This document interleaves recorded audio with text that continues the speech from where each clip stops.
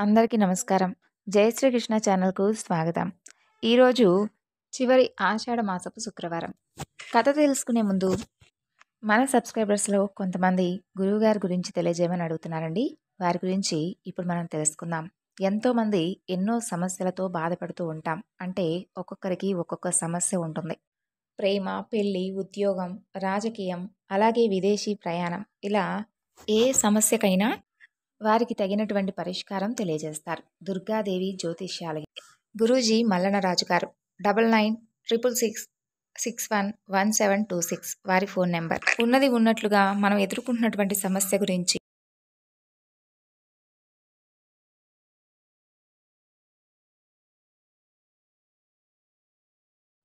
ఇక ఈరోజు ఆషాఢ మాసంలో చివరి శుక్రవారం. అమ్మవారికి ఎంతో ప్రీతికరమైనటువంటి ఈ రోజున అలాగే తప్పకుండా వినవలసినటువంటి కథల్లో తులసీదేవి యొక్క వృత్తాంతం గురించి తెలుసుకుందాం. పూర్వకాలంలో ధర్మధ్వజుడు, మాధవి అనే దంపతులకు ఒక శుభముహూర్తమున తులసి అనే ఒక పుత్రిక జన్మించింది. ఆమె ఎంతో దివ్యమైనటువంటి తేజస్సుతో వెలిగిపోతూ దినదిన ప్రవర్ధమానంగా పెరుగుతూ ఉంటుంది. తల్లిదండ్రులు ఆమెను ఎంతో గారాబంగా పెంచి పెద్ద చేస్తారు. ఆమె తన ఆటలతో పాటలతో వారిని ఎంతో మురిపిస్తూ ఉండేది. అయితే కొంతకాలానికి ఆమెకు యుక్త వయసు వస్తుంది. అతిలోక సౌందర్యవతిగా రూపొందినటువంటి ఆమెకు తగినటువంటి వరుడి కోసం ఆ తల్లిదండ్రులు ప్రయత్నాలు మొదలు పెడుతూ ఉంటారు. తల్లిదండ్రుల ప్రయత్నం తెలుసుకున్నటువంటి ఆ తులసి తాను సాక్షాత్తు శ్రీమన్నారాయణుణ్ణి తప్ప వేరెవ్వరినీ కూడా వివాహం చేసుకోను అని చెప్పి తేల్చి చెబుతుంది. ఆమెకు ఉన్నటువంటి ఆ దృఢ సంకల్పానికి ఆ దంపతులిద్దరూ కూడా ఆశ్చర్యపోతారు. సాక్షాత్తు ఆ శ్రీ మహావిష్ణువునే వివాహమాడాలి అంటే అది అంత తేలికైనటువంటి పని కాదంటూ ఆమెకు ఎన్నో విధాలుగా నచ్చజెప్పడం చూస్తారు. కానీ ఆమె మాత్రం చెలించదు. తాను తప్పకుండా ఆ స్వామినే వివాహమాడాలని చెప్పి అడవికి వెళ్ళి ఘోరమైనటువంటి తపస్సు మొదలు పెడుతుంది. అకుంఠితమైనటువంటి దీక్షతో తులసి చేస్తూ ఉన్నటువంటి ఆ తపస్సుకు ముల్లోకాలు కూడా తల్లడిల్లిపోతాయి. దేవతలందరూ కూడా భయకంపితులవుతారు. వారందరూ బ్రహ్మదేవుని వద్దకు వెళ్ళి, స్వామి, భూలోకంలో తులసి చేస్తున్నటువంటి తపస్సు వలన సర్వలోకాలు కంపిస్తూ ఉన్నాయి. తమరు ఒక్కసారి దయతలచి అసలు ఆమె అభీష్టం ఏమిటో అడిగి తెలుసుకొని ఆ కోరిక ఏమిటో తీర్చి ఆమె తపస్సును విరమించే విధంగా చూడవలసింది అంటూ వేడుకుంటాడు. అప్పుడు బ్రహ్మదేవుడు తులసికి ప్రత్యక్షమై, తులసి, నీకేం వరం కావాలో కోరుకోమని అడుగుతాడు. అప్పుడు తులసి ఆ బ్రహ్మదేవుడితో ఇలా అంటుంది, తండ్రి, సర్వలోకాలను సృష్టించేటటువంటి తమరి దర్శనంతో నా జన్మ ధన్యమైంది. నాకు ఆ శ్రీమన్నారాయణుడే భర్త అయ్యే విధంగా నన్ను అనుగ్రహించండి అని అంటుంది. ఆ శ్రీ మహావిష్ణువును తప్ప వేరెవ్వరినీ కూడా నేను వివాహమాడను. కాబట్టి నా యందు దయ ఉంచి నన్ను కరుణించవలసింది అంటూ వేడుకుంటుంది. అప్పుడు బ్రహ్మదేవుడు ఆమె కోరిక అతి త్వరలోనే నెరవేరుతుందని చెప్పి శ్రీ మహావిష్ణువు యొక్క అంశతో శంఖచూడుడనేటటువంటి వరుడు ముందుగా జన్మించే ఉన్నాడని చెప్పి అతనే తులసిని వివాహం ఆడగలడని చెప్పి స్వామి అంతర్ధానమవుతాడు. అలా బ్రహ్మదేవుడు వరమిచ్చినట్లుగా కొన్ని రోజుల్లోనే తులసి శంఖచూడుల యొక్క వివాహం జరుగుతుంది. వారిద్దరూ కూడా సుఖంగా జీవిస్తూ ఉంటారు. శంఖచూడుడు ఎంతో దివ్యమైనటువంటి తపస్సును ఆచరిస్తాడు. అలా ఆచరించి అనేకమైనటువంటి వరాలను పొందుతాడు. అలా పొంది ఇష్టం వచ్చినట్లుగా అతను ప్రవర్తించడం మొదలు పెడతాడు. అప్పుడు దేవతలందరూ కూడా చేసేది లేక శ్రీమన్నారాయణుల వారి వద్దకు వెళ్ళి, మా గురించి కాస్త ఆలోచించండి అంటూ ఆ యొక్క పరబ్రహ్మమూర్తిని శంఖచూడుని బారి నుండి తమను రక్షించవలసింది అంటూ వేడుకుంటారు. అప్పుడు దయామయుడైనటువంటి ఆ స్వామివారు వారితో ఇలా అంటాడు, ఓ దేవతలారా, మీ బాధ ఏమిటో నాకు అర్థమైంది. శంఖచూడుడు ఎన్నో దివ్యమైనటువంటి వరాలను సంపాదించి ఈ విధంగా మితిమీరినటువంటి గర్వంతో, అహంకారంతో మిమ్మల్ని ఏమాత్రం లెక్క చేయకుండా ప్రవర్తిస్తున్నాడు. మిమ్మల్ని అందరినీ కూడా అనేక బాధలకు గురిచేస్తున్నాడు. అతను అతి త్వరలోనే తనువు చాలించి నాలో ఐక్యమయ్యేటటువంటి సమయం ఆసనమైంది. ఇక తులసి మరెవరో కాదు, సాక్షాత్తు నా ప్రియసఖి అయినటువంటి మహాలక్ష్మి అంశ. శాపవశాన భూలోకంలో తులసిగా జన్మించింది. ఆమె ముందు ముందు యుగాలన్నింటిలోనూ అన్ని లోకాలలోనూ అతి పవిత్రమైనటువంటి మొక్కగా జన్మించి అందరి చేత ఆరాధింపబడుతుంది. అనేక యుగాల పాటు ఆ విధంగా ఆరాధింపబడి చివరికి ప్రళయకాలంలో నన్ను చేరుకుంటుంది. అయితే ప్రస్తుతం శంఖచూడుడు జన్మ చాలించి నాలో ఐక్యమొందాలి అంటే తులసికి ఉన్నటువంటి పాతివ్రత్యం భంగం జరగాలి. అది కూడా నేనే అతి త్వరలో నిర్వర్తించగలను. ఇక అక్కడితో మీ కష్టాలన్నీ తొలగిపోతాయి అని చెబుతాడు. అలా శ్రీమన్నారాయణుల వారు చెప్పిన పిమ్మట దేవతలందరూ కూడా కాస్త ధైర్యం తెచ్చుకొని వారి వారి లోకాలకు వెళ్ళిపోతారు. కొంతకాలానికి ఒకనాడు శంఖచూడుడు ఇంట్లో లేనటువంటి సమయంలో శ్రీమన్నారాయణుల వారు శంఖచూడుని రూపంలో వస్తాడు. ఆ స్వామిని చూసి తన భర్త శంఖచూడుడేననుకొని తులసి ఆ స్వామితో కలిసి ఆనందడోలికలలో తేలియాడుతుంది. శ్రీ మహావిష్ణువు యొక్క సంగమంతో తులసికి ఉన్నటువంటి పాతివ్రత్యం భంగమవుతుంది. జరిగినటువంటి విషయం తెలుసుకున్నటువంటి తులసి శ్రీమన్నారాయణుల వారిని శిలగా మారమంటూ శపిస్తుంది. ఆ శాపం విన్నటువంటి శ్రీమన్నారాయణుల వారు చిరునవ్వుతో తులసితో ఇలా అంటాడు: ఓ తులసి, ఈ సృష్టి ఆదిలోని నా విరాట్ స్వరూపంలో నీవు మహాలక్ష్మీ స్వరూపానివి. శాపవశాన ఈ విధంగా భూలోకంలో తులసిగా జన్మించావు. నన్ను ఎప్పుడూ కూడా విడిచి ఉండనని చెప్పి, నన్ను తప్ప వేరెవ్వరినీ కూడా వివాహమాడనని చెప్పి ప్రతిజ్ఞ కూడా చేశావు. అందుకే నా అంశతో జన్మించినటువంటి శంఖచూడుడు నీకు భర్త అయ్యాడు. ఇక శంఖచూడుడు నాలో ఐక్యమయ్యేటటువంటి సమయం వచ్చింది. నీవు తులసిగా జన్మించినప్పటికీ, నా ప్రియసఖివే అయినప్పటికీ నా సంగమంతో నీకు ఎలాంటి పాతివ్రత్య భంగం కలగలేదు. నీ శాప ప్రభావాన నేను గండకీ నదిలో సాలగ్రామంగా శిలారూపాన్ని పొందుతాను. నీవు నన్ను దాచుకునేటటువంటి గండకీ నదివి కాగలవు. నన్ను సాలగ్రామ రూపంలో ఎవరైతే అర్చిస్తారో వారికి సర్వశుభాలు కలుగుతాయి. సాలగ్రామ ఆరాధన నాకు అత్యంత ప్రీతికరం కాగలదు అని చెబుతాడు. అప్పుడు శ్రీమన్నారాయణుల వారు చెప్పినట్లుగా శంఖచూడుడు ఆ స్వామిలో ఐక్యమవుతాడు. తులసి మొక్కగా రూపాంతరం చెందుతుంది. సాక్షాత్తు మహాలక్ష్మి అంశ అయినటువంటి తులసి మొక్క ఎంతో మహిమాన్వితమైనది. తులసి ఆరాధనతో సర్వ సౌభాగ్యాలు లభిస్తాయి, సర్వ ఐశ్వర్యాలు సిద్ధిస్తాయి. ఎవరైతే ప్రాతకాలమునే నిద్రలేచి వెంటనే తులసి మొక్కను దర్శిస్తారో వారికి ముల్లోకమందలి పుణ్యతీర్థాలలో స్నానమాచరించినంతటి ఫలితం దక్కుతుంది. ఇక ఎవరైతే ఉదయాన్నే తులసి మొక్కకు నమస్కరిస్తారో వారికి సాక్షాత్తు లక్ష్మీనారాయణులకు నమస్కరించినటువంటి ఫలితం దక్కుతుంది. ఎవరైతే ఈ తులసి యొక్క వృత్తాంతం శుక్రవారం నాడు వింటారో వారికి సంపూర్ణమైనటువంటి అమ్మవారి అనుగ్రహం కలుగుతుంది. తులసి మొక్క మొదలునందు సర్వతీర్థాలు, మధ్య భాగమున సర్వదేవతలు, అగ్రభాగాన సర్వవేదాలు ఉన్నాయని శాస్త్రమే చెబుతుంది. అంతేకాకుండా తులసి మొక్క యొక్క అగ్రభాగంతో సాక్షాత్తు బ్రహ్మదేవుడు, మధ్య భాగంలో మహావిష్ణువు, కాండమునందు మహేశ్వరుడు, శాఖాలలో అష్టదిక్పాలకులైనటువంటి ఇంద్రుడు, వరుణుడు, యముడు, అగ్ని, వాయువు, కుబేరుడు, నిరుతి, ఈశానుడు నివసిస్తారు. తులసి మహిమ అపారమైనది. తులసి మొక్క ఉన్న ఇంట్లో సర్వ సౌభాగ్యాలు ఉంటాయి, సర్వ ఐశ్వర్యాలు సమకూరుతాయి. తులసి దళాలతో ఎవరైతే రోజు కూడా శ్రీమన్నారాయణుల వారిని పూజిస్తారో వారికి సర్వ పాపాలు తొలగిపోతాయి. తులసి దళాలను రోజు ఉదయం పూజా సమయంలోనే కొయ్యాలి. మిగిలిన ఏ వేళలయందు తులసి దళాలను తుంచకూడదు. తులసి దళాలను పురుషులు మాత్రమే తుంచాలి, స్త్రీలు కొయ్యకూడదు.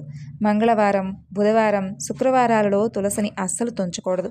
అమావాస్య, పౌర్ణమి తిథులయందు, గ్రహణ సమయమునందు, సంక్రమణ సమయములయందు తులసి పత్రాలు అస్సలు కొయ్యకూడదు. తులసిని స్త్రీలు తలలో అసలు ఎట్టి పరిస్థితుల్లోనూ ధరించకూడదు. అతి పవిత్రమైనటువంటి ఈ తులసి సాక్షాత్తు శ్రీ మహాలక్ష్మి అవతారం కాబట్టి తులసీ దళాలను శ్రీమన్నారాయణుల వారి పాదాల వద్దే ఉంచాలి, కానీ తలపై పెట్టకూడదు. తులసికి ప్రతిరోజు నమస్కరించడం వలన సంతాన ప్రాప్తి, రోగ నివారణ, దాస్య విముక్తి, సంఘంలో గౌరవం కలుగుతాయి. తులసి, బృందావని, విశ్వపూజిత, విశ్వపావని, పుష్పసార, నందిని, తులసి, కృష్ణ సేవిత అనే ఈ తులసి నామాష్టకాన్ని ప్రతినిత్యము ఎవరైతే పఠిస్తారో వారికి అశ్వమేధ యాగం చేసినంత పుణ్యం లభిస్తుంది. ఉదయం లేవగానే శ్రీమన్నారాయణుల వారిని, తులసిని ఎవరైతే స్మరిస్తారో వారికి సర్వ సంపదలు లభిస్తాయి, ఎన్నో జన్మల పాపాలు నశిస్తాయి, సర్వ సౌభాగ్యాలు కలుగుతాయి, ఎటువంటి ఆపదలు దరిచేరవు. రోజంతా కూడా అన్ని పనుల్లోనూ విజయం చేకూరుతుంది. సమస్త సౌభాగ్యాలను ప్రసాదించేటటువంటి ఓ తులసీమాత, నీకివే మా నమస్కారములు తల్లి. ఓ విష్ణుప్రియ, నీకివే మా ప్రణామములు. సమస్త ఐశ్వర్యాలను ప్రసాదించేటటువంటి తులసిమాత, ఎటువంటి ఆపదలు ఎవ్వరికీ కలగకుండా రక్షించేటటువంటి ఓ లక్ష్మీ స్వరూపిణి, నీకివే మా నమస్కారములు. పాలసముద్రం మధ్యలో ఉన్నటువంటి ఆ లక్ష్మీదేవి యొక్క అంశ సాక్షాత్తు నీవే కదా తల్లి. విన్నారు కదండి, తులసీదేవి యొక్క చరిత్ర ఎవరైతే వింటారో వారికి ఉన్నటువంటి కష్టాలు, సమస్యలు అన్నీ కూడా తొలగిపోయి ఆ తల్లి యొక్క అనుగ్రహం సంపూర్ణంగా కలుగుతుంది. ఇప్పుడు అమ్మవారి నామాన్ని పఠించిన వారికి ఎలాంటి ఫలితం ఉంటుందో ఈ కథ ద్వారా తెలుసుకుందాం. పూర్వం కోసల దేశాన్ని ధ్రువసింధు మహారాజు అనేటటువంటి రాజు పరిపాలిస్తూ ఉండేవాడు. అతను సూర్యవంశంలో జన్మించాడు. ధర్మాత్ముడు, సత్యసంధుడు. వర్ణాశ్రమ ధర్మరక్షణ తన యొక్క కర్తవ్యంగా భావించి చక్కని పరిపాలన సాగిస్తూ ఉన్నటువంటి ఉత్తమమైనటువంటి ప్రభువు. అతని రాజ్యంలో అన్ని వర్ణాల వారు వారి వారి జాతులకు విధింపబడినటువంటి ధర్మాలను చక్కగా అనుసరిస్తూ సామరస్యంతో జీవిస్తూ ఉండేవారు. అతని రాజ్యంలో దొంగలు కానీ, ధూర్తులు కానీ, లోబులు కానీ, కృతజ్ఞులు కానీ, డంబాచార పరాయణులు కానీ ఎవ్వరూ లేరు. అందరూ కూడా సద్గుణ సంపన్నులే. ఇక ధ్రువసింధునికి మనోరమ, లీలావతి అని ఇద్దరు భార్యలున్నారు. పట్టమహిషి అయినటువంటి మనోరమ సహధర్మచారిణి అనే పేరును సార్థకం చేస్తూ అన్ని విధాల భర్తకు అనుకూలవతిగా ఉన్నటువంటి ఉత్తమమైనటువంటి ఇల్లాలు. చిన్న భార్య అయినటువంటి లీలావతి సౌందర్య గర్వంతో భర్తను ఎప్పుడూ చులకన చేసేది. రాజు మాత్రం ఇద్దరినీ ఒకే విధమైనటువంటి ప్రేమానురాగాలతో ఆదరించేవాడు. అయినప్పటికీ చిన్న భార్య పట్ల కొంచెం మొగ్గు చూపేవాడు. కొంతకాలానికి ఆ రాణులిద్దరికీ కూడా పుత్ర సంతానం కలుగుతుంది. రాజు తన పుత్రులిద్దరికీ కూడా జాతకర్మ, నామకరణం నిర్వహిస్తాడు.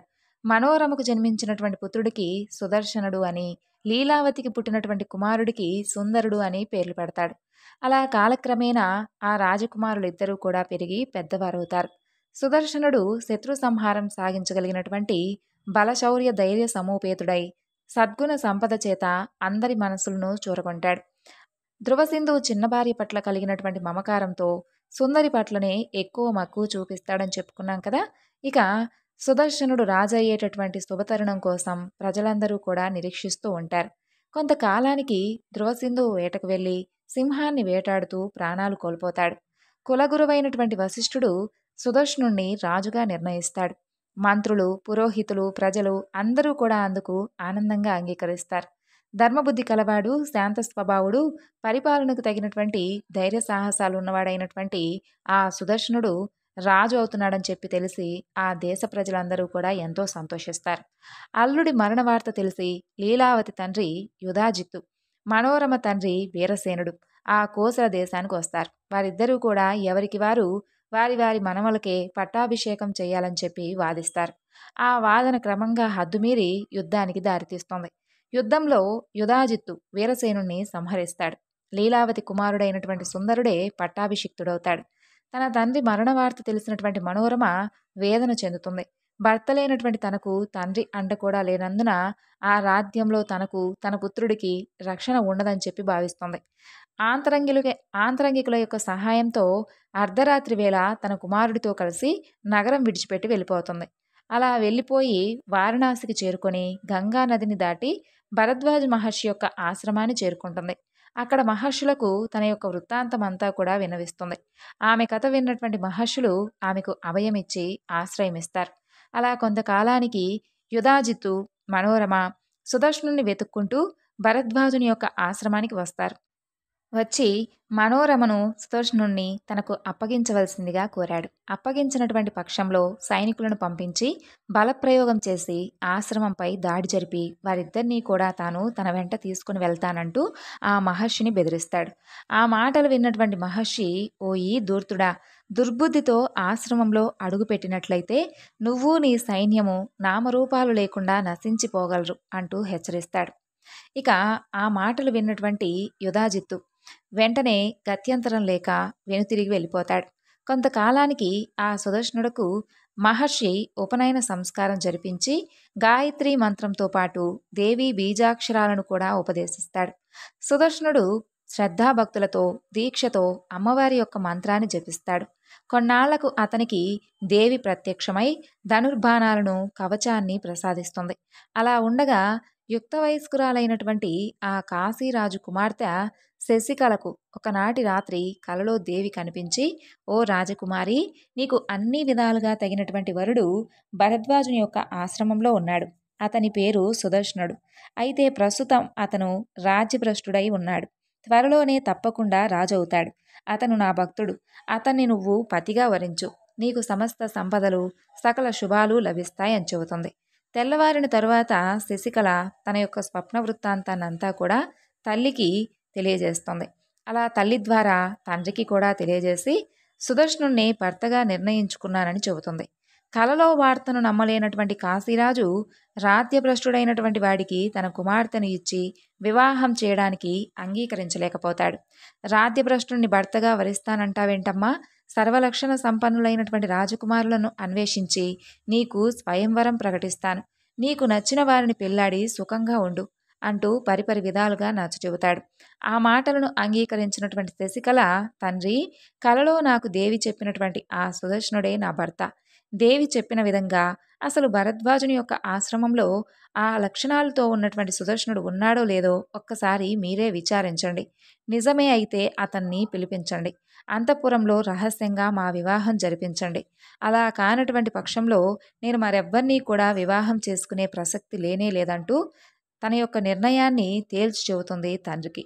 ఇక కాశీరాజు భరద్వాజుని యొక్క ఆశ్రమానికి తన యొక్క గూఢాచారులను పంపించి సుదర్శనుని యొక్క సమాచారం అంతా కూడా తెలుసుకుంటాడు. దేవి కలలో కనిపించి తన కుమార్తెకు చెప్పిందంతా కూడా యథార్థమే అని చెప్పి తెలుసుకుంటాడు. సుదర్శనుణ్ణి స్వయంవరానికి ఆహ్వానించి సగౌరవంగా తన నగరానికి తీసుకుని వెళ్తాడు. సుదర్శనుడు భరద్వాజుని యొక్క ఆశీస్సులను అందుకొని తల్లితో కలిసి కాశీరాజు అంతఃపురానికి చేరుకుంటాడు. తెల్లవారితే స్వయంవరం. ఎక్కడెక్కడ దేశ దేశాల రాజులందరూ కూడా ఆ రాత్రి కాశీనగరంలో విడిది చేస్తారు. వచ్చిన వారిలో యుధాజిత్తు కూడా ఉంటాడు. ఆనాటి రాత్రి కాశీరాజు తన అంతఃపురంలో తన కుమార్తె అయినటువంటి శశికళను సుదర్శనుడికిచ్చి రహస్యంగా వివాహం జరిపిస్తాడు. తెల్లవారితే ఈ వార్త రాజ్యమంతా కూడా వ్యాపిస్తుంది. తమకు స్వయంవరానికి ఆహ్వానించి శశికళకు రహస్యంగా పెళ్లి చేయడం తమకు అవమానంగా భావించి స్వయంవరానికి వచ్చినటువంటి ఆ రాజులందరూ కూడా కాశీరాజుపై యుద్ధం ప్రకటిస్తారు. ఆ యుద్ధంలో సుదర్శనుడు కూడా మామగారికి సహాయంగా నిలబడతాడు. యుధాజిత్తుకు సుదర్శనుడిని చూడగానే క్రోధమాశ్చర్యాలు పెళ్లిబుగుతాయి. వీరావేశంతో సుదర్శనుడిని చంపబోతాడు. సుదర్శనుడు ప్రశాంతమైనటువంటి చిత్తంతో అమ్మవారిని ప్రార్థిస్తాడు. సింహవాహనారూఢ అయినటువంటి ఆ దుర్గాదేవి ప్రత్యక్షమై ఆమె వేలాదిగా సైన్యాన్ని సృష్టించి సుదర్శనునిపైకి అతని మామగారి పైకి వచ్చేటటువంటి శత్రువులందరినీ కూడా నాశనం చేస్తుంది. తన అల్లుడి యొక్క మంత్రానుష్ఠాన బలాన్ని గుర్తించినటువంటి కాశీరాజు ఎంతో సంతోషిస్తాడు. భక్తుడైనటువంటి తన అల్లుడి వలన తాను కూడా దేవిని సందర్శించగలిగానని చెప్పి ఉప్పొంగిపోతాడు. అల్లుణ్ణి ఆదరించి రాజలాంఛనాలతో కోసల దేశానికి తీసుకువెళ్ళి అయోధ్యలో అతనికి యథావిధిగా పట్టాభిషేకం జరిపిస్తాడు. సుదర్శనుడు దేవి మంత్రానుష్ఠానాన్ని మర్చిపోకుండా ఎప్పుడూ కూడా ఆ తల్లి యొక్క మంత్రాన్ని స్మరిస్తూ అమ్మవారిని ఎప్పుడూ కూడా పూజిస్తూ ఉండేవాడు. ఆ తల్లి యొక్క అనుగ్రహంతో ధర్మబద్ధంగా రాజ్యాన్ని పరిపాలిస్తూ ప్రజలందరికీ కూడా సుఖశాంతులను కలిగించాడు. తన పుత్రుడికి కలిగినటువంటి ఆ వైభవాన్ని చూసినటువంటి ఆ తల్లి ఎంతో సంతోషిస్తుంది. జగన్మాతకు మనసులోనే ఎన్నో కృతజ్ఞతలు చెప్పుకుంటుంది.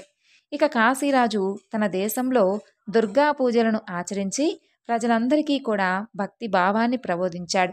వాడవాడలా దేవి ఆలయాలను ప్రతిష్ఠించి అందరూ కూడా దేవి యొక్క అనుగ్రహ పాత్రులయ్యేటటువంటి అవకాశాన్ని ప్రతి ఒక్కరికి కూడా కల్పించాడు. అమ్మవారి మంత్రాన్ని శ్రద్ధతో జపించిన, ఆ తల్లి నామాన్ని మనస్ఫూర్తిగా స్మరించిన, ఆమెను భక్తితో పూజించిన ఎవరికైనా సరే కష్టాలన్నీ కూడా తొలగిపోయి సుఖశాంతులు కలుగుతాయి అనడానికి ఇప్పుడు మనం చెప్పుకున్నటువంటి ఈ సుదర్శనుడి యొక్క కథ నిదర్శనం. ఈరోజు ఈ వివరణను ఇంతటితో ముగిస్తున్నాను. మరొక చక్కని వివరణతో మరలా కలుసుకుందాం. అంతవరకు నమస్కారం.